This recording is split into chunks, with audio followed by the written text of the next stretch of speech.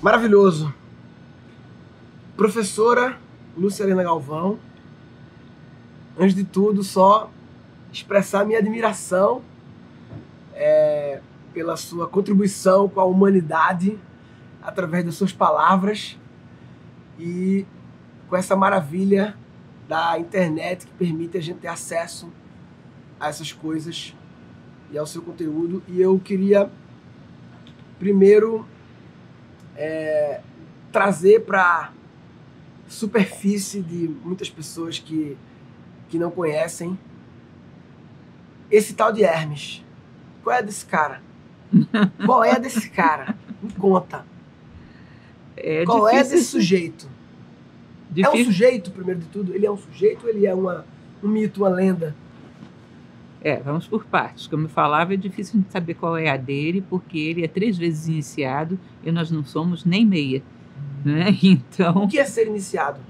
Para a tradição egípcia, imagine você dentro de uma tradição que acreditava na reencarnação e acreditava que o ser humano tinha inúmeras experiências para chegar até o ideal humano, que é a plenitude da condição humana, valores, virtudes e sabedoria. Só que eles acreditavam que havia um sistema que uma pessoa muito sábia poderia pegar aqueles que estivessem dispostos a esse sacrifício, porque é verdadeiramente um sacro ofício, um ofício sagrado, de acelerar o processo que ele evoluiria, digamos, em 30 anos para 1 ano, dentro de um sistema que era como se fosse um mosteiro, onde havia uma série de provas, uma série de experiências psicológicas, mas tinha que haver uma absoluta confiança entre aquilo que eles chamavam de mestre e discípulo, e a pessoa está fixa na ideia de que tudo que ocorreria seria para o crescimento dela. Então, essas escolas eram chamadas iniciáticas. Iniciáticas. É evidente que hoje esse nome é utilizado de uma forma muito, poderia dizer até que leviana, porque a gente não tem mais iniciação sei lá há quantos séculos. Mas dentro de um ambiente histórico como o Egito e de outras civilizações quase que contemporâneas, isso era viável. Você vai ver que na Grécia já era um pouco mais difícil, porque é um ambiente mais racionalista, mas dentro do Egito isso era viável. E Hermes disse, quem acredita que ele existiu, disse que era um desses maiores mestres, por isso é chamado de 3 vezes iniciado.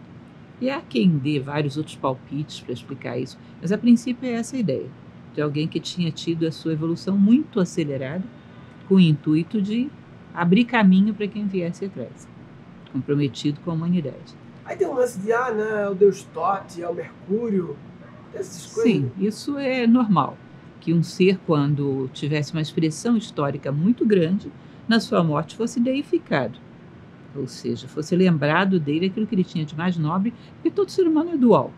Um Hermes devia ter seus defeitos como todo ser humano tem, mas quando a contribuição dele era muito significativa para a história, era relembrado só esse aspecto luminoso e era identificado com a divindade, que é Tote, o Ibis, exatamente por aquela capacidade de discernimento, né? Encontrar o cerne das coisas, ou seja, encontrar o certo com aquele bico fino como se fosse uma formiga dentro do formigueiro. Agora, você me perguntou, ele existiu? Existe uma discussão enorme sobre isso, se existiu ou não existiu. As datas são muito controversas. Há quem diga que é um personagem mítico, ainda mais porque os egípcios eles não faziam muita questão de que alguém soubesse que a personalidade deles, mestres desse tipo, né, que a personalidade deles existiu. Queriam que o ensinamento ficasse. Então havia um hábito de que vários discípulos tomavam mesmo o nome do mestre. Então você pode estar falando de um cidadão que está aqui, pode estar falando de um cidadão que está 500 anos depois, e já faziam propositalmente, para ninguém identificar mesmo. Então você fica meio perdido do ponto de vista da ciência histórica para poder rastrear um homem desse. E aí ficou muito popular, quer dizer, muito popular não, mas relativamente conhecido as leis herméticas, né? Que surgiu muito tempo depois, que veio à tona, como é que é? Porque tem a história do livro Caibalion, que é de 100 anos atrás, foi o Caibalion que trouxe isso? Ou já tinha Não é bem assim. Na verdade, Hermes, como falamos, que é um personagem incerto, alguns dizem que foi mestre de Abraão, outros dizem que foi mestre de Moisés, uma distância bastante grande. O fato é que ele era chefe de uma escola, um líder de uma escola chamada Hermética. Até hoje, hermético foi identificado com aquilo que é fechado, né? Potes da Tupperware. Por que é identificado dessa forma? Porque o conhecimento realmente era muito restrito a pessoas que tinham suporte moral para recebê-lo.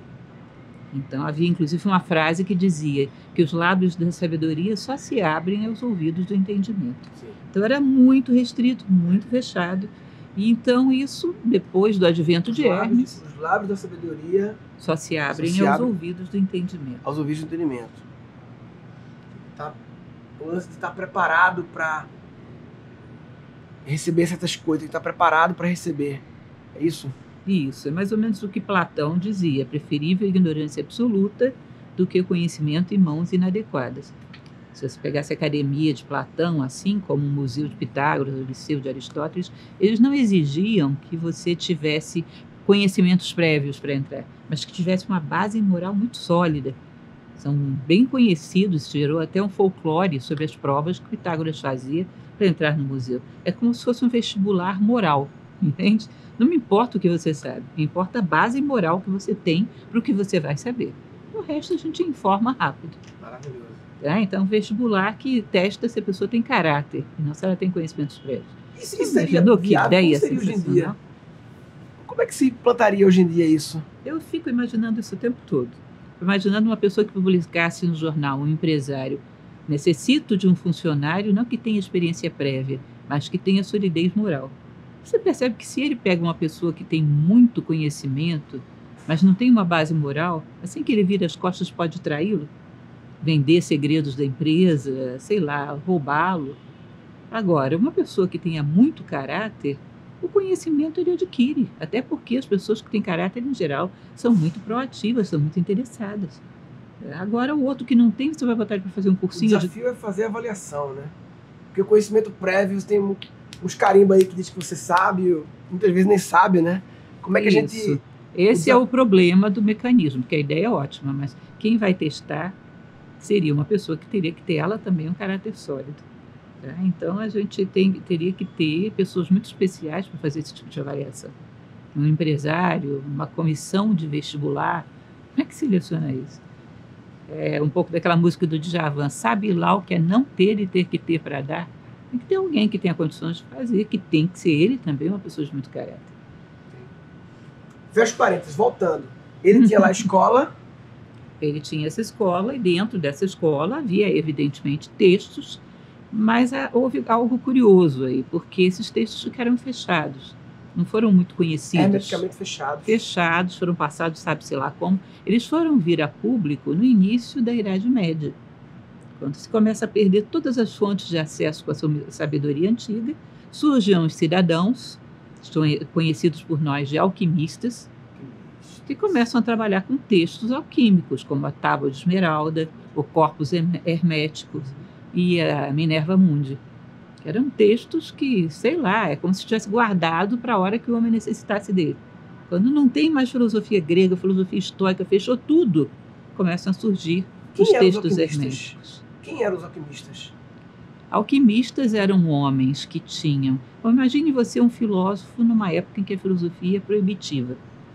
Na Idade Média, se você fosse uma pessoa que tem ambições e que quer ter dinheiro, isso era perfeitamente aceitável.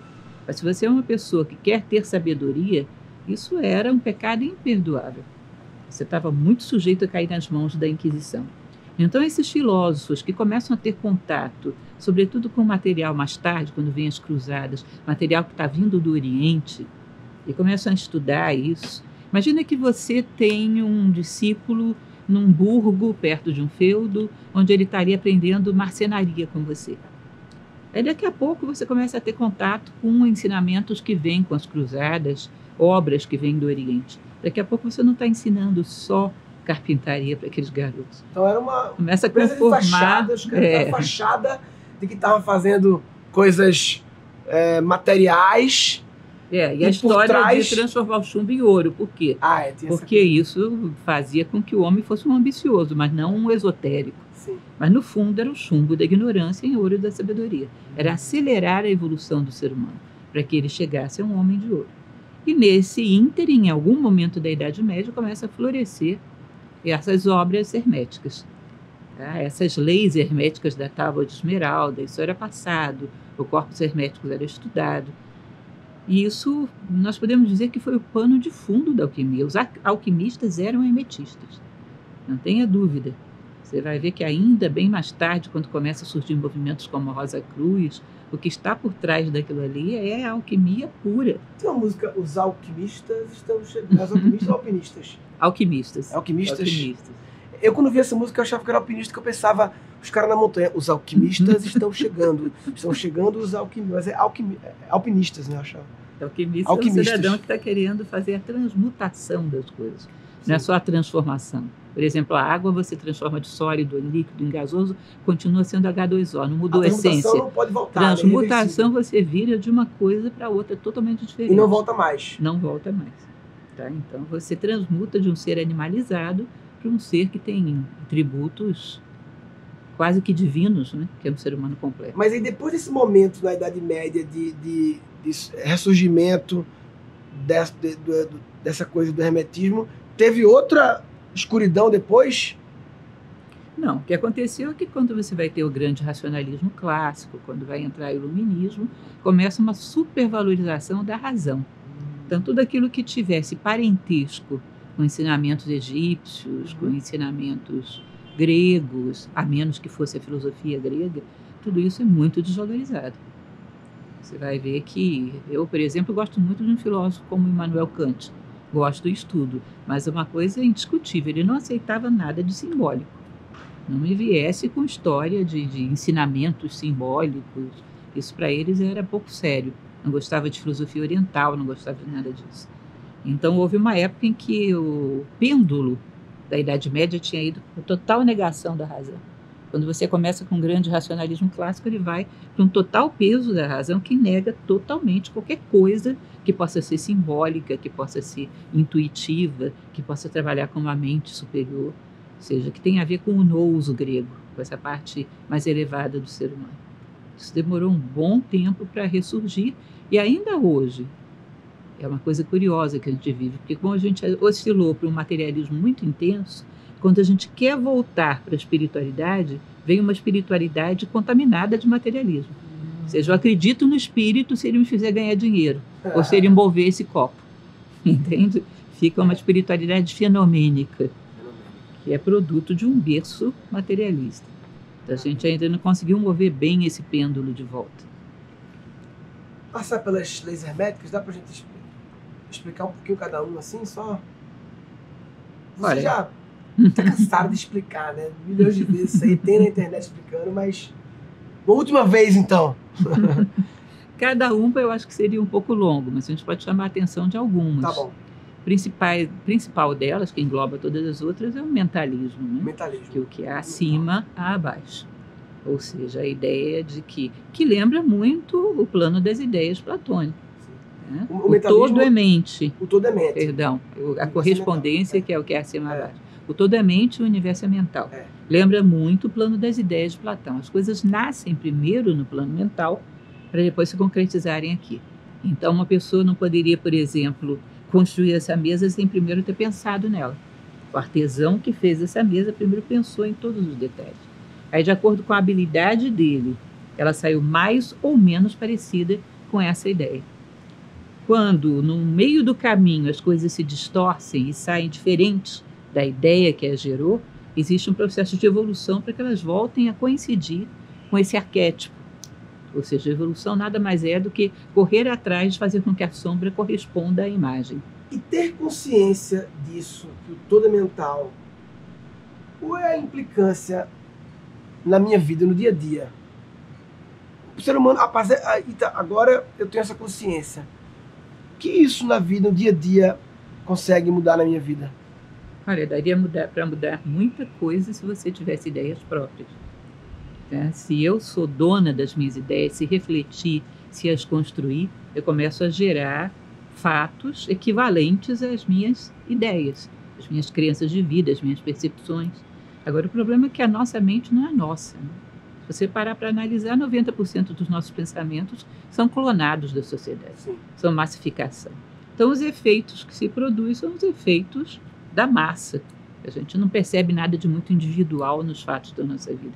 Se nós fôssemos donos, criadores das nossas ideias, perceberíamos a sincronicidade que geramos, as consequências condizentes com aquilo que nós buscamos, ou seja, A mente movimenta o mundo sempre. Nós vivemos hoje o que foi sonhado em algum momento no passado, e o futuro será o resultado dos nossos sonhos. Mas os sonhos dos homens que têm identidade e que pensam por si próprios. Esse negócio do todo é mental me lembra uma coisa de, tipo... Uma coisa que mudou a minha vida foi quando eu comecei a estudar meditação e me falaram a primeira vez que eu não sou a minha mente. Porque eu consigo observar a minha mente. E isso fez... Peraí, mas como assim? E eu percebi que eu era sequestrado pela minha mente, extremamente mental e não conseguia... Eu era os meus pensamentos e de repente eu começo de vez em quando ver os pensamentos aqui e sinto assim, eu que mando nessa porra, eu que... Dá licença aqui, você quer vir muito pra cá, pensamento, mas dá licença.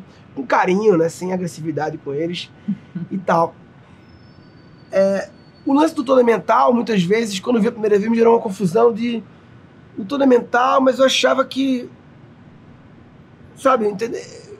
Qual é a relação do todo é mental, dessa primeira lei hermética, com o fato de que eu não sou a minha mente e posso observá-la? É porque você tem duas mentes. Agora que eu compliquei sua vida mesmo. Eu não sei se você já ouviu falar da tradição indiana Constituição Septenária. Não. Constituição Septenária diz que o homem é como se fosse um quadrado e um triângulo. Nesse quadrado você tem aquilo que eles chamam de quaternário ou personalidade para os gregos, onde você tem um corpo físico, energético, emocional e mental inferior, kamamanas. Esse mental inferior ele trabalha para movimentar você atrás das coisas que teu corpo quer, que as tuas energias querem, que as tuas emoções querem. Ele é um espelho voltado para baixo, para buscar os teus interesses emocionais, físicos e energéticos.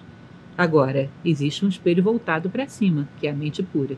Então, um triângulozinho que tem lá em cima, que é chamado da essência humana, da tríade, poderia ser comparado a um self junguiano, ele tem mente pura, que é manas, buddhi, que é intuição, veículo intuicional, e atma, que é vontade.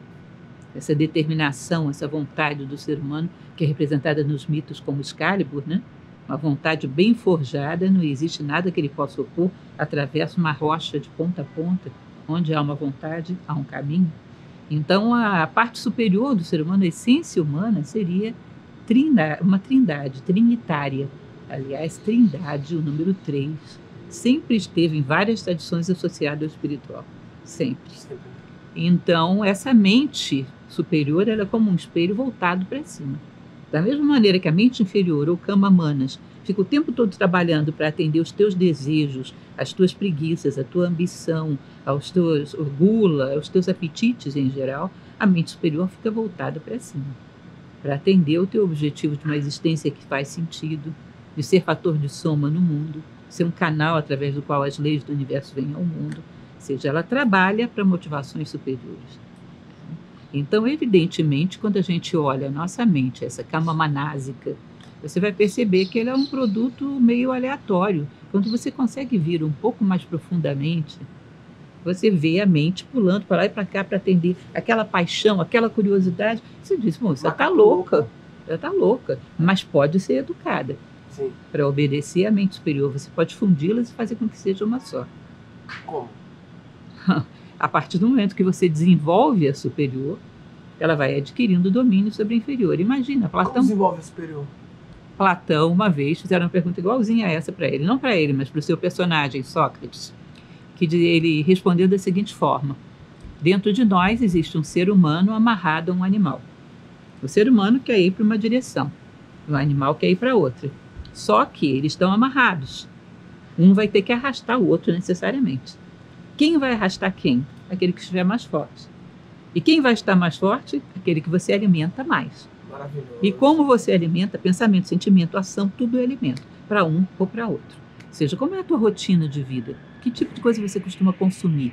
É alimento para qual dos dois? Sim. Pensamento, sentimento e ação.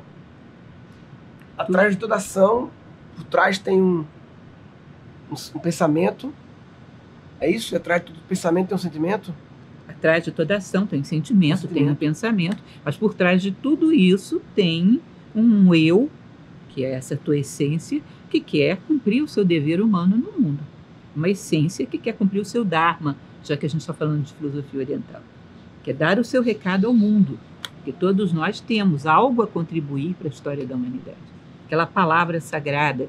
Você já ouviu falar de um livro chamado Dhammapada? Não. Ah, você Dhammapada? Dhammapada. Você tem boa memória, você vai lembrar. Você não sabe o que você está perdendo. É o livro sagrado da tradição budista. Tem uma passagem que é o Yamakasvaga, mais que 1000, que diz o seguinte: mais do que 1000 palavras sem sentido, vale uma única palavra que traz consolo a quem a ouve.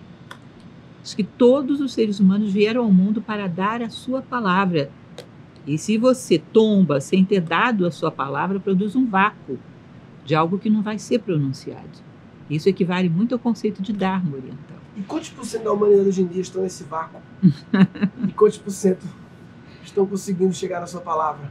Olha, não dá para quantificar nesses termos. Mas o que eu percebo é que existe hoje... Bom, eu tenho 30 anos fazendo isso. Existe hoje uma quantidade maior, sobretudo de jovens, interessados quando você chega e diz: você quer que eu te conte uma coisa que não vai te tornar famoso, nem vai necessariamente gerar dinheiro, mas que realmente vai te tornar um ser humano melhor? Tem mais gente dizendo quero. Sim, tem. Cada vez muito mais. Tá? É. Tem mais pessoas que, nossa, mas tem alguma coisa em mim que precisa dessa resposta. É mais importante do que reclamar do montante que não está afim, é perceber o gráfico ascendente dos que passam a estar afim a cada dia, né? Sim, com certeza. Tem tantas coisas interessantes sobre isso. Um elemento que é fundamental é você compreender como é a lógica da motivação humana. Na sua área, isso vai ajudar muito. É como se fosse uma cruz. Você tem uma consciência animal. E essa consciência animal ela é motivada de forma dual. Medo ou desejo, dor ou prazer. Então é assim que se adestra uma foquinha no circo, ou bate dela ou dá a sardinha. Horroroso, mas é o que se faz. Ou o ratinho no laboratório, ou você dá o queijinho ou dá um choque elétrico no bichinho. Ou seja, medo ou desejo, dor ou prazer. Isso é a lógica de movimentação de um ser humano. Não adianta, imagina você que eu ponha... Do animal. Perdão, do animal. Estou meio confusa hoje. Imagine que eu coloque um animal aqui em cima, um cãozinho, e você quer que ele saia. O que você faz para tirar cachorro de cima da mesa? Ou você oferece alguma coisa que seja gostosa para ele, agradável, ou você mostra o chinelo e diz: sai aí. Condicionamento de Skinner, né? Aquela coisa do... Isso, exatamente, da campainha do... Sim. Enfim. Animal. O animal, o eu animal, é assim, é uma linha horizontal: medo, desejo, dor, o prazer. Não adianta você chegar e filosofar com um cachorrinho. Cachorro, não é papel de animal estar em cima da mesa. Sim. Isso é conversa mole para o cachorro dormir, não é isso? Agora, o ser humano, na maior parte dos casos, também está se movimentando para a mesma coisa. Sim. Pelo que você levanta da cama de manhã? Ou o cheirinho do café da manhã que vem vindo da cozinha, né, que nem desenho animado, ou é medo do patrão, vai perder o horário, vai ser descontado, blá, blá, blá. Medo, desejo, medo, desejo, medo, desejo. Você percebe que quando você é movimentado só pela consciência animal, é motivado por fatores externos, medo e desejo, dor ou prazer, quem tem aquilo que você teme ou que você deseja é teu dono. Quem tem aquilo que você deseja ou teme é seu dono. Perfeito. Você, a coleira... Exato. Epíteto era um grande filósofo que era um escravo. Escravo de um amo cruel, um romano chamado Epafrodito. Chegou uma ocasião que Epafrodito torceu suas pernas em praça pública até quebrá-las, para que ele confessasse que não era uma alma livre coisa nenhuma, era um escravo. E Epíteto teria dito o seguinte: aquele que tem aquilo que me interessa, esse é meu amo. Você não tem nada que me interessa porque eu não me movimento por interesses. Portanto, você não é meu amo. Então, quem se movimenta meramente pela consciência animal é facilmente manipulável. Mas existe a reta vertical, que agora sim é a consciência humana. A consciência humana, ela se movimenta por dever. Por dever? Dever. Imagine, eu vou te explicar. Dever. Que hoje ninguém entende, porque dever hoje em dia é igual a obrigação, que é medo ou desejo. Sim. Não, dever humano é o seguinte: eu tenho que dar um passo agora. O que eu vou fazer? Eu consulto a natureza e pergunto o que ela espera de um ser humano nesse momento. Ela espera que eu seja nobre, justo, sábio, bondoso, sei lá, ela espera que eu seja um humano. Então, o que eu vou fazer? Eu vou fazer aquilo que a natureza espera de mim, com valores, virtudes e sabedoria. Aí você chega para mim e me diz, mas se você fizer isso, eu vou te bater. Eu penso, bom, vale a pena eu deixar de ser humano para não apanhar? Não vale. Ele vem e me diz, se você não fizer isso, eu te dou um presentinho. Bom, o que pode ser mais valioso do que a minha natureza humana? Ou seja, nem por medo, nem por desejo vocês me tiram daqui. Porque eu quero ser, eu quero coincidir comigo mesmo, eu quero ocupar o meu lugar no universo. Eu compreendo que a natureza, quando precisa de um animal, o animal diz presente e exerce seus instintos. A natureza precisa de uma planta, ela diz presente e faz a fotossíntese, faz a troca gasosa.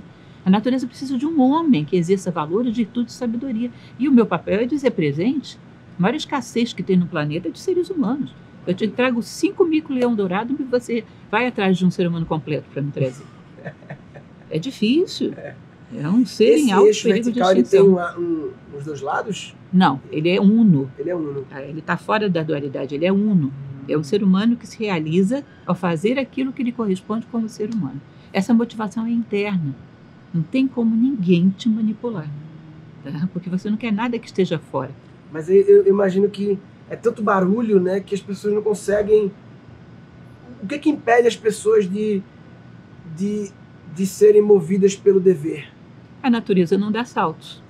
Nós ainda somos muito mobilizados por medo e desejo. Então, sabe o que você teria que fazer? Entre essa reta horizontal e a vertical, uma série de inclinações. Ou seja, aqui você teria a ignorância e aqui a sabedoria. E no meio do caminho, a filosofia. Amor à sabedoria. Filosofia é isso, filosóficos, amor à sabedoria. Então você pode perguntar, um filósofo se movimenta pelo quê? Por medo e desejo ainda. Só que ontem eu tinha medo de não ser reconhecida. Hoje eu tenho medo de sair do mundo sem fazer nada de bom pelas pessoas. Ainda é medo, mas olha o nível. Ontem eu tinha desejo de... Está na evolução, na busca, né? Ontem eu tinha desejo de possuir coisas, hoje eu tenho desejo de dominar a mim mesmo. Qual é a natureza do desejo? O que é o desejo? Desejo é a percepção de um vácuo que precisa ser preenchido. Só que nós colocamos toda essa percepção para o lado de fora e não para o lado de dentro. Quando, na verdade, a única coisa que podemos possuir, que nada nem ninguém pode tirar de nós, são exatamente os atributos do ser humano. Dizem as tradições orientais que nem a morte é capaz de tirar isso de nós. Tá? Nada que é realmente teu pode ser tirado de ti. Isso é uma ótima avaliação, agora que está na época do imposto de renda, para você ver quais são as tuas verdadeiras posses. O que pode ser tirado de ti não é teu, inclusive isso aqui. Vai ter que ser devolvido para o dono uma hora. O que é teu? Integridade, fraternidade, respeito, maturidade, uma percepção madura de um sentido de vida que vale a pena, isso é teu. Nada nem ninguém pode te tirar de ti. Eu acho engraçado as pessoas dizerem, eu sou dona dessa terra. Tenta imaginar que você seja essa terra, ouvindo essa pessoa falar isso. Tá louco, mano? Você lembra de mim? Você tá de brincadeira, papai? Tô aí desde que o mundo aqui, é mundo, rapaz. Daqui a pouco eu que vou ser teu dono, porque eu vou te engolir já.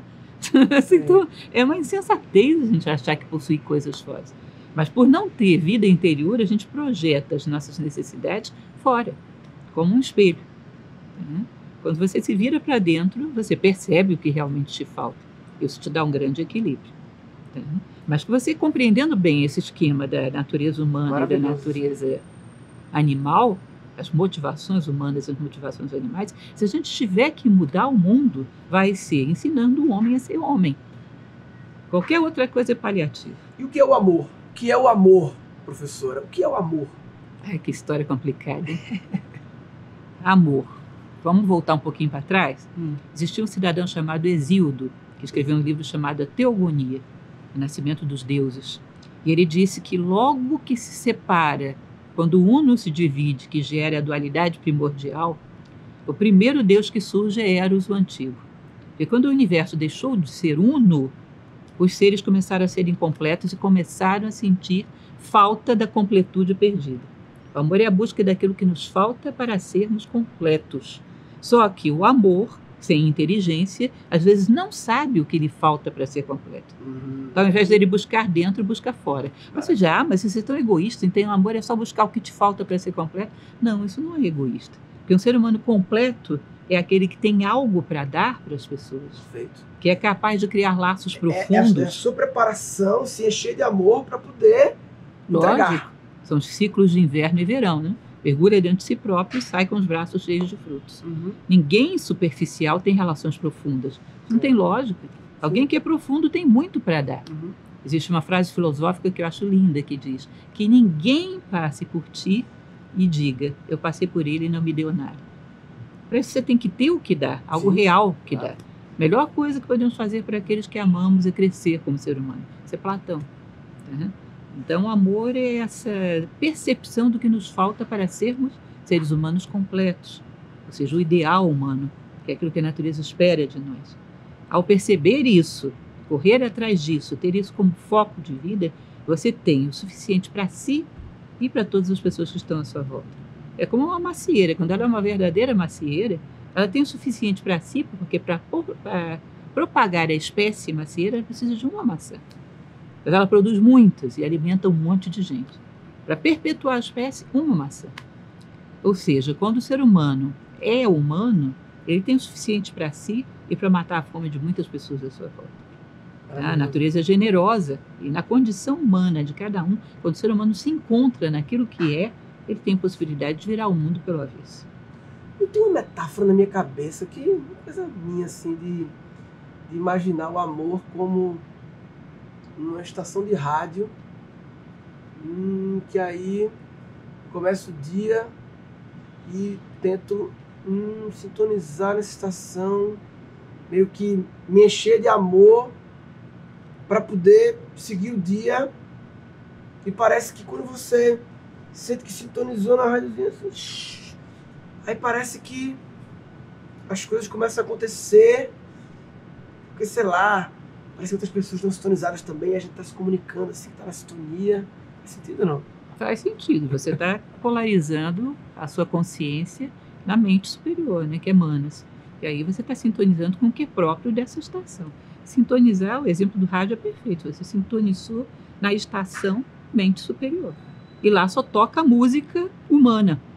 Só que está sintonizado também é que está nessa busca. O amor passa por aí, o amor toca nessa rádio. Aqui embaixo só toca paixão.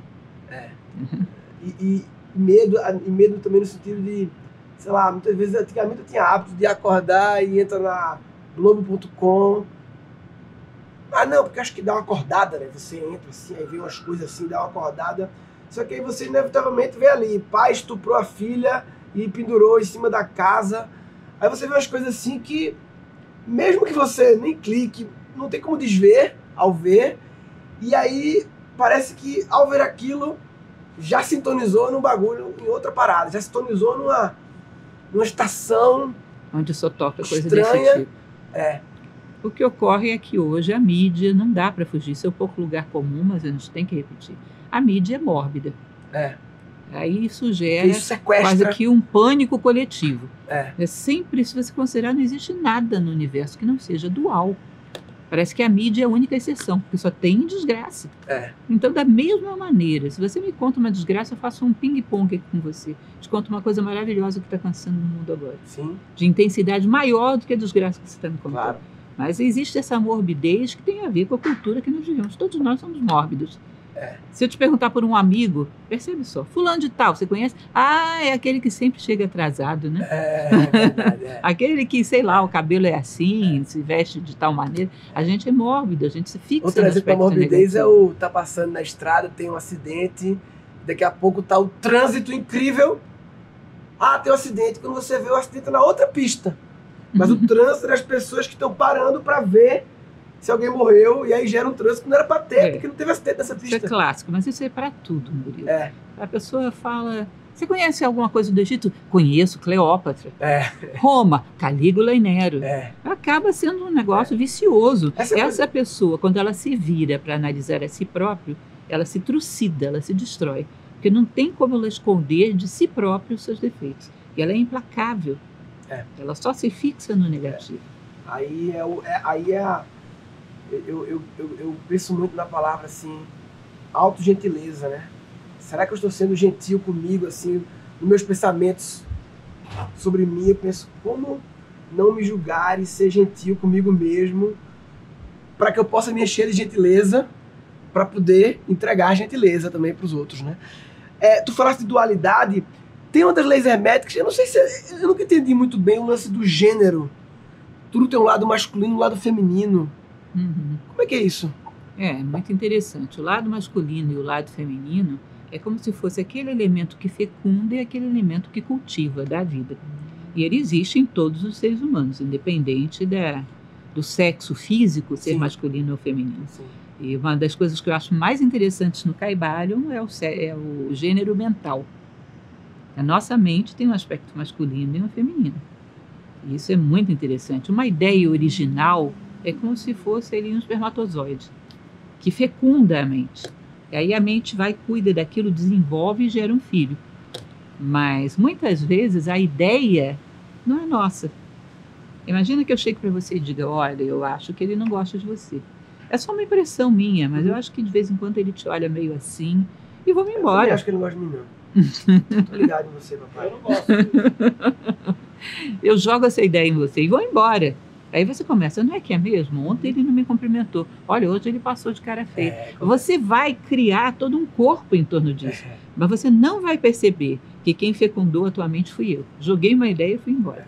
Isso é a ferramenta da manipulação. É o ovo de cuco. O cuco destrói os ovos de outros pássaros e coloca o ovinho dele lá. Aí o passarinho fica lá chocando, quando nasce um cuco enorme que não tem nada a ver com ele. Ou seja, ele reconhece aquilo como seu filhote, foi ele que chocou. Isso é uma das formas mais eficazes de manipulação. Insufla uma ideiazinha e vai embora. E a pessoa desenvolve aquilo e depois acha que aquilo é seu, porque ele gestou, mas ele não fecundou.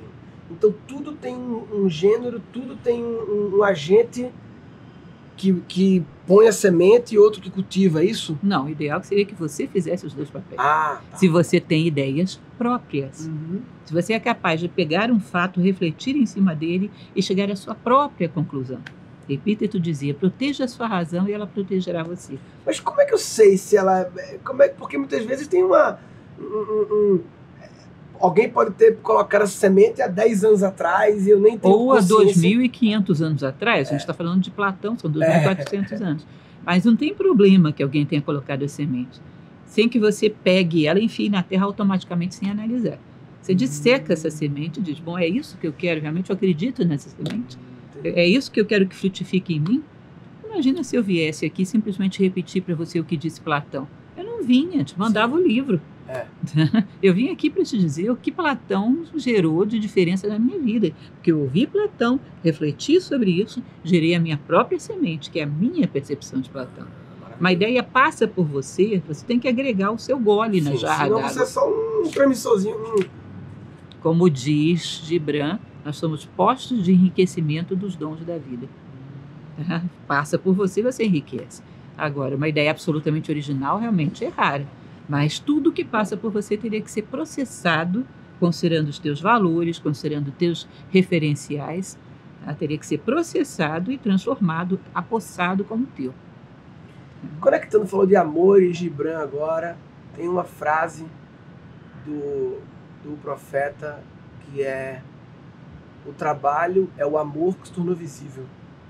Uhum. Não sei se você lembra, mas o que é o trabalho para você? Trabalho é um processo de fazer com que as coisas correspondam à ideia que a gerou. Ajudar as coisas a caminhar em direção ao bem delas. Se você faz isso com você mesmo, você está apto a fazer isso com as coisas. Imagine que eu movimente essa mesa na direção dela não tomar chuva para ela permanecer íntegra como ela é. Estou movimentando essa mesa na direção do bem dela, sem querer nada para mim. Trabalho é agregar valor à vida, conduzindo os seres em direção ao seu bem. Como diziam os cavaleiros templários, né? Nada para nós, Senhor, tudo pela glória do teu nome. Ou seja, interferir no caminho das coisas no sentido de empurrá-las em direção ao bem delas, sem querer nada para si próprio. Esse seria o trabalho. Maravilhoso. É claro, vão vir coisas que temos necessidade de sobrevivência, teremos que supri-las, mas não podemos ter o vício de olhar para as coisas sempre pensando o que vamos ganhar com isso. Acho que é a linha divisória do amor humano, quando você para de olhar para as coisas e pergunta, para que isso me serve? Quando começa a olhar para as coisas e pergunta, como eu posso servir a isso? O trabalho é agregar valor para que as coisas se aproximem do bem, e não para que se aproximem dos meus interesses. E tem uma das leis herméticas do causa e efeito, ou ação e reação, não é? É a lei do karma indiana, é a mesma coisa. Muito parecida com as leis de Newton, né? É. Só que num plano mais sutil. Karma diz que toda ação gera uma reação, da mesma maneira que ocorre no plano físico, também nos planos sutis. O seu pensamento, a sua palavra, a sua ação.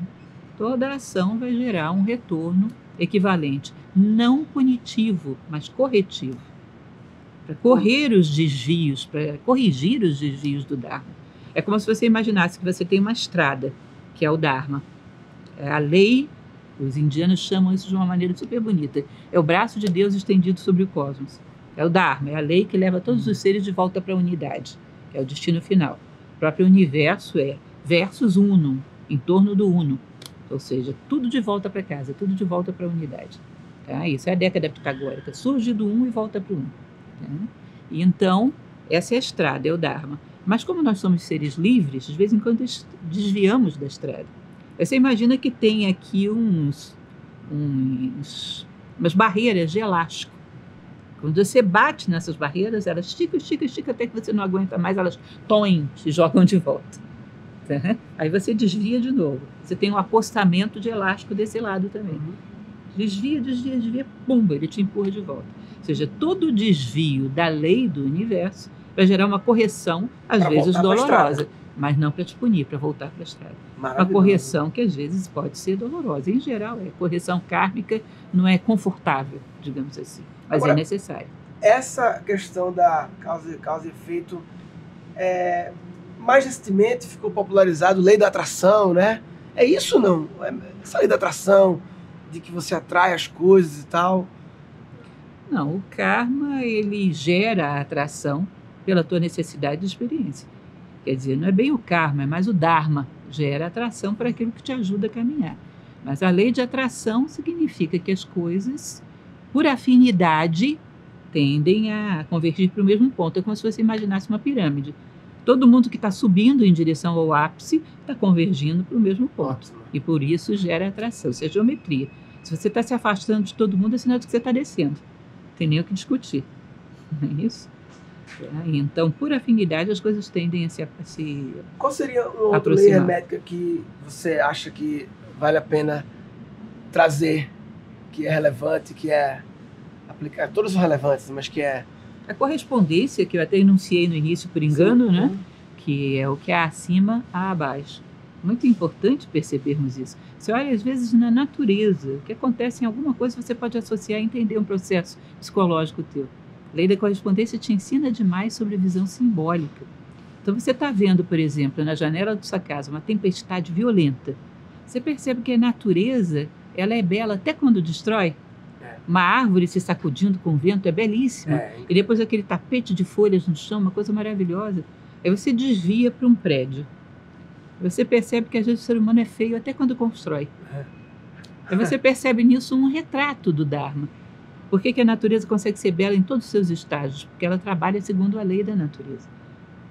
Trabalha conduzindo as coisas em direção ao bem.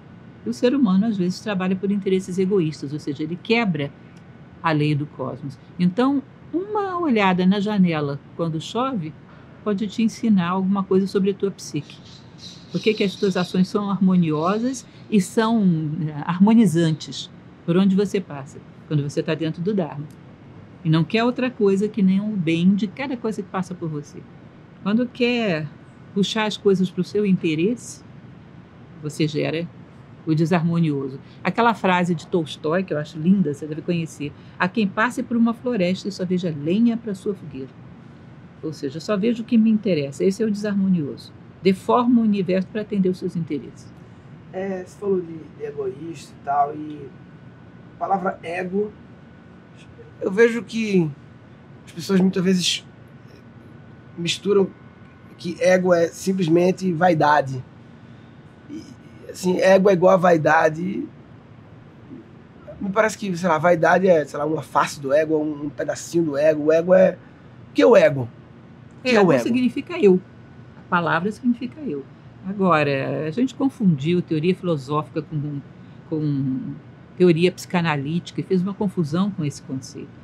O ego normalmente na tradição oriental, quando você quer falar do eu personalidade, esse transitório que vai morrer, usa ego com E minúsculo.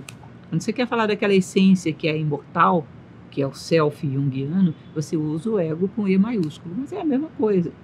Tá? Ambos significam eu. Um eu transitório, uma máscara, e o eu verdadeiro que está por trás. Se você analisar o teatro grego, você vai entender bem essa ideia. Eram poucos atores que entravam no palco representando 10 personagens, usando máscaras diferenciadas. Essa máscara se chamava persona, é a personalidade. Então, uma coisa é a máscara com que você entra no palco da vida, é o ego pequenininho. Outra coisa é o ator que está por trás da máscara, que é o grande ego. E eles diziam uma coisa linda, que eles diziam que o verdadeiro ator, o bom ator, não se confunde com a máscara. Ele conduz a máscara. Você pega os grandes atores, eles sabem quem eles são e quem é a máscara. Agora, quando é um atorzinho, às vezes, de telenovela barata, termina a novela e está apaixonado por uma menina com quem ele contracenou. Ele promiscui a máscara. Ele se mistura com o personagem, perde a identidade. Agora, nós, em relação à nossa máscara, personalidade, isso aqui, você acha que a gente está mais para grande ator shakespeariano ou para atorzinho de telenovela? Percebe? Então, a gente promiscui a nossa identidade, porque se mistura com a máscara. Existe o ego grande, que é o ator que entra no palco da vida, desempenha o seu papel, mas conduz a máscara, considerando o objetivo dele. E sabe a hora de tirar, de colocar. E sabe o que é interesse da máscara, que ele tem que conceder algumas vezes para conservá-la, de vez em quando tem que limpá-la, tem que guardá-la, tem que tratar bem, mas sabe qual é o interesse dele, que tem que prevalecer sobre o da máscara. Que nem o seu veículo que está estacionado lá fora. Você sabe quando tem que calibrar os pneus, quando tem que passar por uma revisão, mas ele serve a você, que é o passageiro, que é o dono do veículo. Você não pode deixar ele decidir o que ele quer fazer, porque senão ele não quer sair da garagem. Cada vez que ele roda, ele desgasta os pneus, ele gasta o motor. Então, você o trata bem, mas considerando que ele é um veículo, os objetivos são teus. Você que sabe onde ele tem que te levar. Então, nós, ao nos identificarmos com esse personagem imaterial transitório, somos contaminados por egoísmo, porque ele é um personagem passageiro. E ele só pensa naquilo que pode conservá-lo da melhor maneira possível, sonhando com uma eternidade que é impossível no plano material. Porque o pessoal fala assim, fulano quer fazer isso, é só por ego mesmo. Mas aí esse é só por ego mesmo, na verdade é só por vaidade, né? Qual é a diferença de vaidade e ego? Não, o ego é só o teu pequeno eu, que não necessariamente é vaidoso. Sim. Portanto, essa frase seria uma impropriedade. Ego todo mundo tem, mas não necessariamente considera que o seu ego é a coisa mais importante do mundo. Aí você passa o egocêntrico, para o egoísmo. O egoísmo. Egocentrismo e egoísmo. Você conhece a diferença entre essas duas coisas? Não. Egocentrismo e egoísmo. Egocentrismo é você se tomar como centro para poder conhecer o mundo, porque a mente necessita disso. Se eu te disser, essa cadeira é pequena, será que ela é realmente pequena? Pergunta para uma formiga. Se ela fosse capaz de responder, diria o quê? Grande. Gigantesca. E um micróbio? É um universo essa cadeira. Para uma estrela, invisível de tão pequena. Então, para eu poder falar alguma coisa dessa cadeira, eu tenho que te dizer, ela é pequena em relação a mim. Com o passar do tempo, eu nem falo em relação a mim, mas está subentendido. Isso é grande, aquilo é pequeno, isso é macio, aquilo é resistente em relação a mim. Porque senão não tem como. Eu ia ficar uma hora aqui te dizendo, para uma formiga ela é grande. Eu sou o centro da análise. Eu me tomo como centro para medir as coisas. Agora, a partir do momento em que essa convenção se transforma numa realidade e eu me sinto realmente o centro, você passou para o egoísmo. Então, o universo passa a girar à minha volta. As coisas são boas quando me interessam, são ruins quando não me interessam. E o que é o egóico? Egóico é uma palavra, não? O egóico é aquilo que diz respeito ao ego, que pode ser esse pequeno ego ou o grande ego. E o ególatra? Existe ególatra? Esse é o nome da pessoa que idolatra o seu pequeno ego, a sua personalidade. Agora, é muito interessante você entender essa ideia do egoísmo, porque o certo não seria as pessoas dizerem isso é ego, isso é egoísmo. Egoísmo, para a tradição tibetana, por exemplo, é o maior mal do mundo. Eles fazem um desafio que eu vou passar para você agora. Olhe qualquer problema do mundo, seja na esfera social, política, artística, pessoal, de qualquer gama de modalidade religiosa, seja lá o que for. Qualquer crise, qualquer problema que por trás não esteja escondido o egoísmo. Não existe. É. Não existe. Você vai arrancando as máscaras. A última é o egoísmo. Eles chamam no Tibete de heresia da separatividade, que é a mãe de todos os males, que é você achar que você realmente está separado das coisas. Imagine que a gente estivesse na beira de uma praia e eu passasse um dedo na areia e fizesse um sulco. Passasse o dedo na areia e fizesse o outro sulco. Um sulco é areia, o outro sulco é areia. O intervalo entre eles é areia também. Daqui a pouco vai passar um vento aqui e vai transformar tudo em areia. É areia momentaneamente diferenciada. Então, quando nós começamos a achar que nós somos realmente algo separado do outro, eu posso conceber que o teu mal pode me beneficiar, que a tua perda pode gerar ganho para mim. Isso é uma loucura. Tem uma história indiana, um conceito que eu acho a coisa mais linda do mundo, que eles chamam de Sutratma. O Sutratma é o fio da vida. Imagine que nós somos pérolas de um colar. Então, cada uma dessas pérolas, a princípio, se acha a pérola mais bonitinha do colar. Fica olhando para a sua superfície. Olha como eu sou mais redondinha do que você. E realmente estou bem mais redondinha que você. Brilhante. Olha como eu sou a pérola mais brilhante desse colar. Olha como eu sou tal. Isso, durante muito tempo, é o assunto da pérola. Até que, em determinado momento, ela começa a se sentir esgotada daquilo e tem necessidade de conhecer mais profundamente a si própria. Mas ela só está preparada, a consciência dela, para identificar uma substância, que é pérola. Quando ela vira para dentro, o que passa dentro dela é um cordãozinho de prata. Ela olha, não vê. Ela diz, bom, eu estou vazia. Sente aquele vazio interior. Mas de tanto buscar e ir depurando a vista, uma hora ela reconhece aquele pedacinho de prata brilhante que passa por dentro dela. Essa pérola está super feliz, eu descobri minha essência. Olha para as outras pérolas do colar e fica imaginando, todas elas devem ter uma essência também. Como é bom conhecer a nossa essência. Qual é o epílogo da história da pérola? Quando ela descobre que aquele pedacinho de prata que passa dentro dela e que passa por dentro de todas as outras pérolas é um fio só, o mesmo, o Sutratma. Ou seja, em essência não somos muitos, somos um. Imagina um negócio desse. Você mergulha dentro de si próprio e percebe que o teu eu verdadeiro, mais profundo, é um episódio da Anima Mundi, do eu do universo. Que, portanto, em essência, somos um. Quando nós caminhamos para a unidade, nada mais fazemos do que recuperar a realidade perdida. Crescer é recuperar-se, preparar-se para ver a realidade. Então, a unidade é um sentido que não tem o que se discutir. E o egoísmo, então, é a contramão da unidade, que é te manter separado com essa ilusão que não existe, de que você é uma coisa, eu sou outra, existe um não eu entre nós, que faz com que aconteça com você coisas que não tem nada a ver comigo. Entende? Daí vem todos os males do mundo. Daí vem a violência, a manipulação, o uso do outro para te beneficiar, para os seus projetos pessoais. O outro se torna só um fornecedor de matéria-prima para os teus objetivos pessoais. Maravilhoso. Para finalizar, a questão de criança. Eu ia perguntar antes que eu esqueça. Tu já estudaste, professora, Heráclito de Éfesos? O Obscuro, claro. Eu li um livro de um cara de criatividade, Roger Von Eck, que ele analisa a obra de Heráclito, aquelas frases loucas assim. São pouquíssimas, né? A doxografia recuperou algumas frases. E qual é a sua visão do Heráclito? Qual era dele? Qual é desse Heráclito? Heráclito, o Obscuro, assim como Parmênides e os pensadores pré-socráticos como um todo, eles estavam mais numa visão simbólica, mítica, do que o racionalismo da filosofia posterior. Então, a linguagem deles lembra muito aquilo que vinha antes, o pensamento egípcio, o pensamento indiano. Então, eles sugerem, através de paradoxos, através de questões incompreensíveis a princípio, verdades que o homem não seria capaz de confrontar através da razão. Então, uma passagem muito bonita de Heráclito, um dos seus fragmentos, que ele diz o seguinte: os que velam têm um mundo em comum, os que dormem voltam aos seus mundos particulares.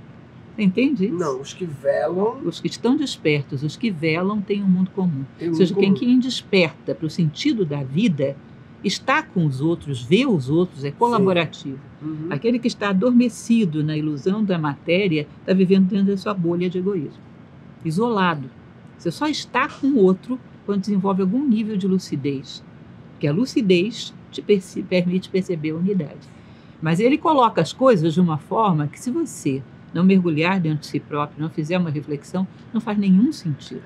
Então, como se fosse uma pedra de tropeço para que o racionalismo mais superficial, mais banal, se detenha ali e você continue com um aspecto de mente superior, de intuição, que te permita aprofundar mais dentro de você. Acho que Heráclito foi o primeiro tuiteiro, né? Twitter, que ele deixou só frasezinha, né? Na verdade, é que os pré-socráticos perdeu-se quase tudo, né? O próprio poema de Parmênides, que é o meu pré-socrático predileto, são fragmentos. É um dos que mais deixou coisa, foi Parmênides, que é o poema. Mas ele foi o que se recuperou. Você está falando aí de 600 anos antes de Cristo. Então, muita coisa foi distorcida. A própria doxografia, às vezes, não é muito confiável. Tem 20 frases, aí lá pela distância você descobre que 2 não é dele, 3. Então, sobrou muito pouca coisa. Não é que ele fizesse Twitter. Sim. Professora, crianças, como é que a gente faz para trazer... Porque aí, hoje em dia, a gente está fazendo com que adultos de 30, 40, 50, 60 anos comecem a entender filosofia de verdade ou fazer questionamentos filosóficos, né? E aí eu vejo que é uma dor, né? O cara, depois de tanto tempo, ter que entrar nesse mundo. Como a gente faz para trazer isso desde cedo, né? Tornar a observação, a autoobservação e o questionamento filosófico como uma coisa natural daquele ser que talvez já seja natural do ser criança, mas perde-se, né? Como trazer isso desde cedinho? Tá, eu vou te responder isso, mas você me permite fazer só uma correçãozinha de uma coisa que você falou? Claro. É muito importante que você perceba que o tempo não é uma coisa tão simples assim. Uma pessoa de 60, 65 anos entende a filosofia agora. Ah, não dá mais, dá para fazer muita coisa. Sim. Dependendo do nível de maturidade que ela adquiriu, às vezes muito rapidamente chega a um nível de compreensão. O tempo não é tão objetivo assim. Sim. Hoje existe uma certa obsessão, por exemplo, temos que educar a juventude. Não adianta mais investir numa pessoa madura. Olha, cuidado com isso. O tempo é muito relativo. Sim. Você pega uma pessoa que aos 60 anos despertou, em 5 ela faz o que um jovem não faz em 50. Maravilhoso, é verdade. O tempo, você teria que se perguntar quantas horas tem o seu dia, quantos minutos tem as suas horas. Tá? Uma pessoa que sintetizou um nível de maturidade, que saiba se movimentar dentro do tempo, você dá 1 ano a ela e ela muda o mundo, vira de cabeça para baixo. Mas hoje vivemos um paradoxo de achar que não vale mais a pena investir numa pessoa numa certa idade. Isso é uma bobagem. Uma bobagem. Eu vejo pessoas entrando para fazer filosofia nas mais diversas idades, e não corresponde à idade física, mas à idade interna, maturidade, citrinitas dos alquimistas, que era a obra em amarelo, o homem maduro. Quem tem isso, tem a idade que tiver, vira o mundo de cabeça para baixo com o tempo que você der para ele. Verdade. Maravilhoso isso mesmo, porque eu recebo mensagens de pessoas assim, ai, acho legal essas coisas aí, criatividade, não sei o quê, mas assim, eu já tô para lá dos 40. Acho que para mim, isso é louco, assim, para mim eu acho que já deu, né? Tô enferrujado. Então existe, as próprias pessoas, elas, como assim, tem 42 anos, já desistiu da vida já, a bandeira branca da vida já, e elas mesmo já, muitas vezes não acreditam na potência delas, né? Conta-se muito de Júlio César passando maduro já diante da estátua de Alexandre Magno e dizendo como ele invejava aquele homem que aos 18 anos já tinha dominado o mundo conhecido da época. E Júlio César, depois dessa passagem, foi lá e fez muito mais do que Alexandre tinha feito. Sim. Então, olha, cuidado para não caírem nessa ilusão que colocam na nossa cabeça. Tempo não é tempo de relógio. Tempo é tempo de consciência, que você pode estender ou abreviar do jeito que você quiser. O tempo é um mistério. Ele não é uma realidade contábil do jeito que a gente imagina. Tem dimensões dentro do tempo. Quando você coloca consciência dentro do tempo, ele te surpreende. Você pode pegar uma pessoa como a própria Cora Coralina, que resolve escrever poesia idosa e virar o mundo ao avesso mais do que um jovem que tivesse escrito a vida inteira. Tá? Agora, o que você me perguntou em relação às crianças, Sim. As crianças elas já têm uma predisposição a ver de forma simbólica. E aí, por isso, os contos de fada e tudo mais. é perfeito para você trabalhar com mitos, para trabalhar com contos, para trabalhar com fábulas, para ir semeando nelas a ideia de que valores são a coisa mais importante do mundo.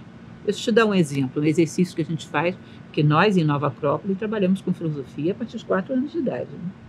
Imagine que... Só para entender, trabalha com filosofia na Nova Acrópole, mas vai nas escolas, as crianças Não, vêm as lá... escolas mais... Claro, porque temos escolas muito pequenas, que não têm condições para isso. As escolas já mais antigas, mais bem firmadas, normalmente a gente tem um trabalho que é filosofia para os filhos dos alunos, que se interessem. É claro que não dá para você fazer filosofia com uma criança se o pai não concorda. Sim, né? claro, Então, claro. Os filhos dos alunos, a gente faz filosofia. E trabalhamos não só com histórias, com contos, com teatro, para que eles fixem a ideia dos contos, mas também com exercícios.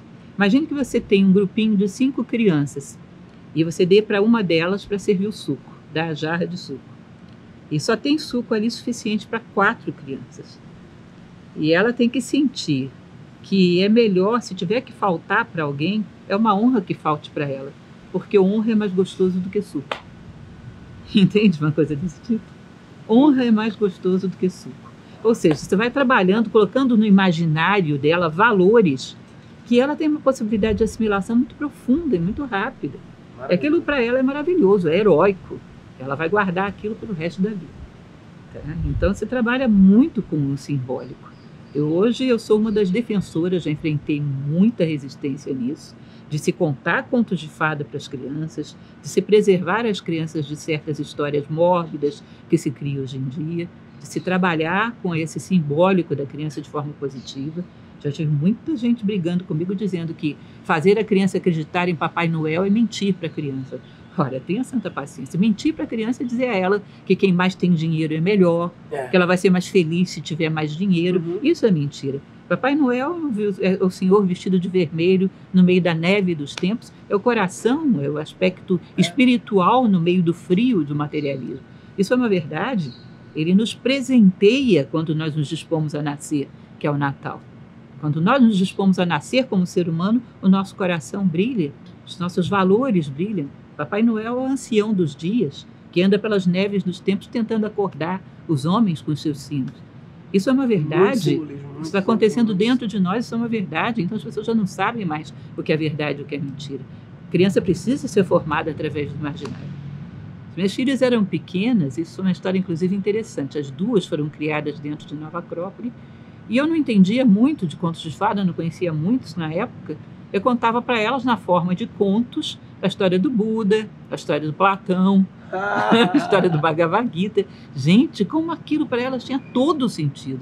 Às vezes eu percebi que elas estavam entendendo mais do que eu. Tinha todo o sentido, já vibravam.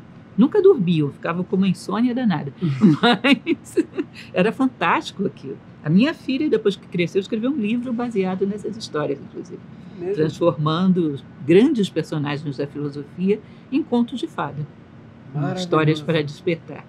Então, a criança, para você trabalhar com essa mentalidade simbólica, é fantástico. Depois, para você trabalhar com simbólico com o homem adulto, você precisa tirar aquela pá de cal que a cultura colocou. De dizer que aquilo é infantil, aquilo é perda de tempo. Porque o simbólico é a dimensão mais maravilhosa que a gente tem. É a intuição, é Budi dos indianos. Sim. Você fala muito de despertar, né? Eu gosto dessa palavra, adoro essa palavra, despertar. E muitas vezes algumas pessoas despertam porque tiveram acesso a algum conhecimento, alguma coisa, algum diálogo que fez. Mas aí quando elas olham ao redor, todo mundo está dormindo. Até o próprio marido, mulher, o pessoal do trabalho. Aí dá um desespero assim de... Pessoal, acorda aí pra gente fazer um negócio aqui. O pessoal não quer acordar. E aí a pessoa acaba voltando a dormir, porque tá ruim assim, entendeu? É melhor... Os que velam têm um mundo em comum. Os que dormem voltam aos seus mundos particulares. Se ela insistir, lutar por permanecer desperta, daqui a pouco vai achar os que velam. Sim. E junto com eles vai poder fazer um bom trabalho para despertar os que estão adormecidos. Mas há uma coisa importante que você precisa entender. A natureza não dá saltos. Todo mundo tem o seu momento, que não é de uma hora para outra. É isso. O seu momento. Uma vez perguntaram para Sócrates: cara, você é tão bom filósofo, você não pega aqueles 30 tiranos, se a gente pegar eles, amarrar nessas cadeiras aqui, você fala com eles 2 horas, quando a gente soltar tudo, virou filósofo. Tá resolvido. Sócrates, com aquela paciência danada dele, diz: olha, meus caros, minha mãe era uma parteira, de fato. Fianaretes, a mãe dele, era parteira. E era uma excelente parteira. Mas tem uma coisa que ela jamais seria capaz de fazer, que era dar à luz a uma mulher que não estivesse grávida. Entende isso? A pessoa tem que estar grávida da filosofia, tem que estar grávida de si mesma. Aí tem um parteiro que pode ir lá e fazer o parto. Mas se ela está absolutamente envolvida nesse sistema de aparências, que as pessoas valem pelo que parecem, não pelo que são, não é a hora dela. E não adianta insistir. Professora, sabe aqueles negócios Google Assistant, Alexa da Amazon, que é uma inteligência artificial que você bota assim na sua casa e pode ficar conversando com ela? Já viu esse negócio, não? Não. É um negócio que o Google tem, que a Amazon tem, que você bota assim na sala e você pode ficar perguntando, tipo a Siri do celular, Siri e tal. Por que a senhora não faz uma artificial intelligence da senhora, assim, pra gente ficar conversando com a senhora? Você compra, leva pra casa e fica assim: professora, o que a senhora acha da intuição? Aí a pessoa, não, boa ideia, Sara, seria... Que é maravilhoso ficar acessando a sua visão sobre... Não é a minha visão, na verdade eu estou passando para você aquilo que eu recebi. Eu sou só um posto de enriquecimento dos dons da vida. Sim. Mas é maravilhoso ter esse tipo de conversa, inclusive porque não é muito comum. Mas hoje é muito complicado dentro do que eu estou fazendo, porque eu me propus a passar minhas ideias para o máximo de pessoas. As pessoas me escrevem por YouTube, me escrevem por Facebook, me escrevem por Instagram. E quando não conseguem me atingir por nenhum desses, deixo um recado para minha assessora. E além disso, faço 3, 4 palestras fora de Brasília por mês. Então, ideias maravilhosas e bizarras é comigo mesmo. Mas, uma coisa para fechar, você falou de essas conversas, é difícil ter. Como a gente faz para... Eu e um amigo meu, Gabriel Goff, a gente estava conversando esses dias de como fazer um movimento para mudar as conversas. Assim, imagina as conversas que as pessoas têm no self-service, e à noite no jantar, e no final de semana vai um amigo em casa, vai num restaurante. Essas conversas, normalmente em refeições, né? Almoços e jantares com mulher, com outros casais. Como é que podia criar um movimento para pelo menos 50% das conversas ser todas? Pode continuar metade sendo sobre futebol, política, Big Brother, putaria e sobre business, mas como pelo menos que metade dessas fossem sobre autoconhecimento, sobre os mistérios, sobre a busca, né, de entender sobre filosofia. Como é que faz para mudar as conversas? Você está querendo dar à luz a uma mulher que não está grávida. Você pode sim me levar para coisas, digamos assim, construtivas, que não sejam tão mórbidas, que não se fique o tempo todo falando sobre os defeitos alheios. Eu costumo brincar que nos grupos de conversa a pessoa mais necessária é o ausente, porque todo mundo fala mal dele. Se tivesse todo mundo presente, ficava sem assunto. Então você pode evitar esse tipo de coisa, dá para melhorar o nível da conversa. Mas esse nível aí que você... Esse nível que você está falando, você precisa ter um interlocutor interessado. E olha, você tem que tirar completamente qualquer rótulo do que seja um interlocutor interessado. Não pensa que você vai pegar um público de alto nível... social, intelectual, social, seja lá o que for, que aí você vai ter um público interessado. Não necessariamente. Olha, rapaz, são 30 anos dando aula. Já peguei públicos altamente com nível de formação assim, escolar, acadêmica, altíssimo, e ficarem absolutamente desinteressados. A pessoa que está perceptiva, interessada no conhecimento. Lembra do Dhammapada que eu te falei? Sim. Tem uma passagem no Dhammapada que é o Balavaga, sobre os tolos. Ele diz o seguinte, que o homem perspicaz, ele se comporta como se fosse uma língua em relação à sopa. Ele está em contato com a sopa e percebe a sopa. O tolo é aquele que se comporta com a sopa como uma colher. Está em contato com a sopa, mas não sabe nada da sopa. Quando é um mero intelectualismo, ele está em contato com conhecimento anos a fio, mas não tem profundidade, não tem percepção e às vezes não tem nem interesse. Tá? Não tem nada a ver, então, com quem tem muita escolaridade. Sim. Mas quem está realmente interessado. A mente de aprendiz, né? Está realmente... Sedento e disposto a questionar até o que sabe, né? Tipo assim, se aqui tiver alguma coisa que questiona que eu sei, ok. eu boto para dentro. Vou te contar uma historinha que você vai adorar, uma história zen. Diz que havia um homem que era muito sábio, um mestre zen, e todo mundo queria ser discípulo dele. Aí tinha um jovem que estava particularmente interessado, ele pensou, eu vou pedir para ser discípulo dele e vai me perguntar por quê. Dependendo dessa resposta, você aceita ou não. Aí ele começou a treinar na frente do espelho. Essa não está boa. Não, essa ainda não. Essa vai dar. Essa vai ser legal. Treinou caras e bocas, foi lá falar com o mestre. Mestre, eu quero ser seu discípulo. Pois não, meu filho, mas por que você quer ser meu discípulo? Sabia que ele ia perguntar isso. Aí ele fez aquela cara, fez todo aquele teatro. Ele falou, eu quero ser seu discípulo porque eu tenho um desejo ardente de Deus, uma necessidade desesperadora de Deus. Aí o mestre ficou pensativo, levantou, começou a caminhar e chamou ele para junto. Deve ter dado certo, né? Aí o mestre foi caminhando em direção a um rio, ajoelhou na beira do rio, pediu que ele se ajoelhasse também. Isso deve ser uma cerimônia, ele deve estar me aceitando. Aí quando ele menos espera, o mestre pegou a cabeça dele e enfiou dentro do rio. E segurou. E ele começa a se debater. E ele segurou. Ele começa a ficar desesperado. Aí o mestre solta. Ele, que isso, mestre? Você tá louco? Tá querendo me matar? Psh, calma. Diz uma coisa. Quando você estava lá embaixo, você tinha necessidade desesperadora de quê? De respirar, é claro.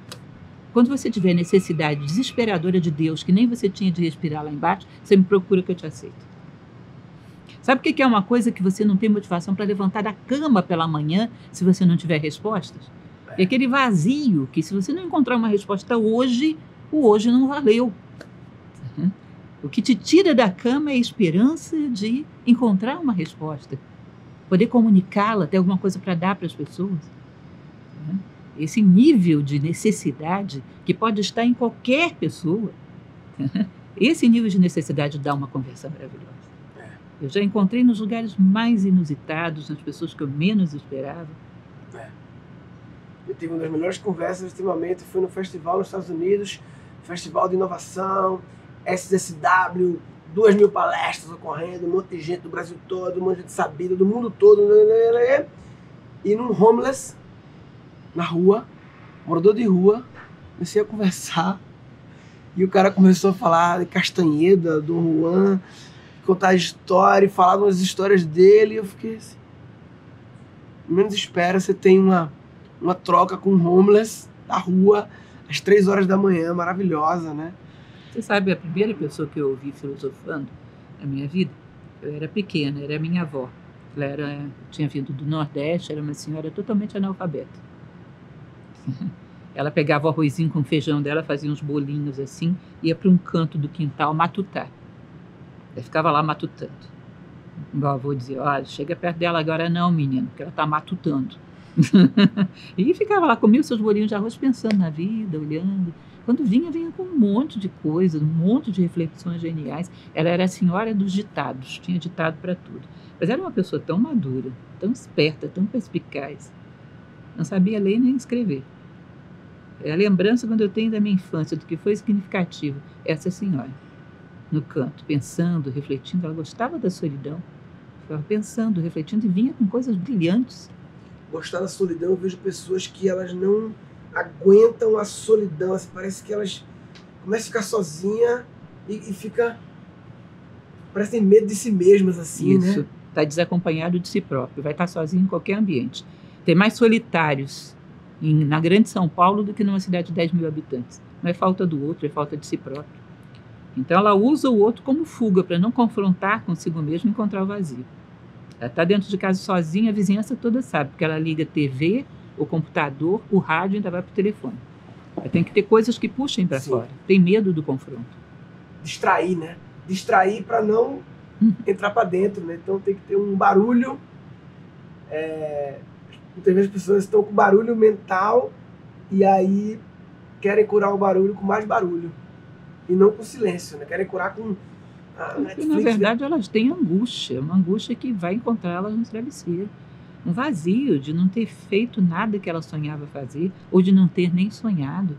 Uma necessidade de dizer que veio, e isso está dentro dela, como se fosse uma mãe que não quer deixar a criança nascer. Mudando de assunto, nada a ver, eu lembrei agora. Tu gostas e tu conheces o Enneagrama? Sabe o Enneagrama, não? Sim. Enneagrama Sim, mas não trabalho particularmente com isso, não. Mas conheço, sim. O Enneagrama tem uma história mística por trás, mística, assim, sei lá, misteriosa, um negócio que eu não conhecia esse lado do Enneagrama até um dia desse. Pra mim era um testezinho comportamental da internet, e de pouco tempo me deparei com uma história mais profunda e mais... Mas enfim, queria que propor você fazer uma pergunta pra mim, pra gente fechar. O que foi que fez com que você não fizesse o mesmo destino dos jovens da sua idade? Entrasse numa máquina de produção de jovens bem-sucedidos. O que foi dentro de você que te impediu de fazer isso?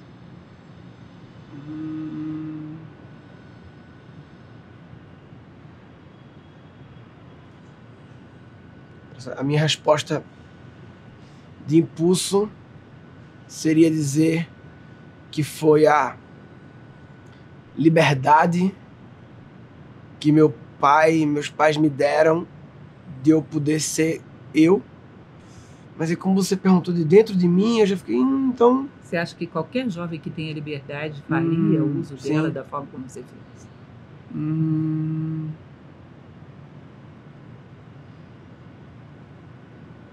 Liberdade, mas talvez muitos não fariam. Houve alguma cobrança, alguma sede, alguma necessidade? Você já identificou isso? Quem foi o motor imóvel aí? Talvez, eu não sei se, em função da liberdade que meu pai me deu, eu comecei a fazer experimentações na época lá do começo da internet, e isso me deu reconhecimentos muito jovem, e lá atrás eu fui movido pela busca pelos reconhecimentos. Achei legal, achei sexy ser um menino prodígio com 13 anos, e fui em busca só desse reconhecimento, só dessa aprovação, de perpetuar esse rótulo. Que hora se tornou mais do que isso? Pois é. E aí, nesse caminho que talvez a princípio era tortuoso assim, viciado do externo, em algum momento